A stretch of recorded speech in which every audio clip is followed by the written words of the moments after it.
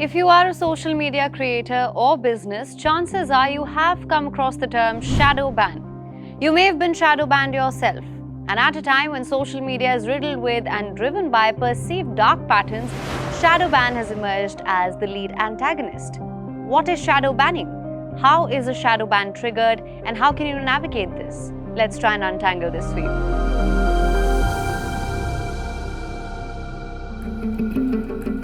A shadow ban is perceived action by a social media platform to limit a post or account's visibility.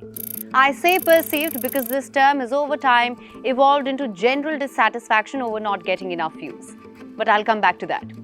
If you've seen a significant drop in your engagement recently, it's likely that you have been shadow banned and that your posts are simply not showing up on the timelines of those who follow you. For some, it's just a drop in views, but for many, it's their online brand and business that takes a hit. We've seen this term come up a lot of late. Elon Musk spoke about it too during the Twitter files saga.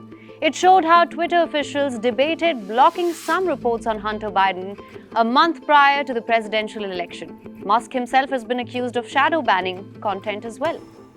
Online activity and content being monitored, that's not new. In fact, this practice can be traced back to as early as 2012, when Reddit users first noticed that some of the content simply did not show up in searches.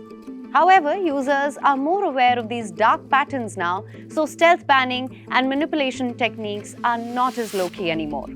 As per Jonathan Zittrain, a professor of computer science and law at Harvard University, shadow banning is the worry by any user that they are howling into the void, that they have been placed in a bubble and it's undisclosed. And that is the point. There's space for everyone on the internet and their views, and sly tactics like shadow bans impede on free speech and are unfair to small businesses trying to reach a bigger audience on the internet. So is shadow banning legal? You see, social media companies can have their own content moderation policies in place, and they're necessary as well. We've seen the role social media played in the January 6th Capitol riots in the United States. The incident after which former President Donald Trump was banned from most social media platforms. But that was the case of an outright ban. It was not stealth banning. And that's where shadow banning becomes a problem. To ensure a level playing field for all content creators and businesses, users have the right to know what policies are being introduced or what actions are being taken by a platform with regards to a particular post or account.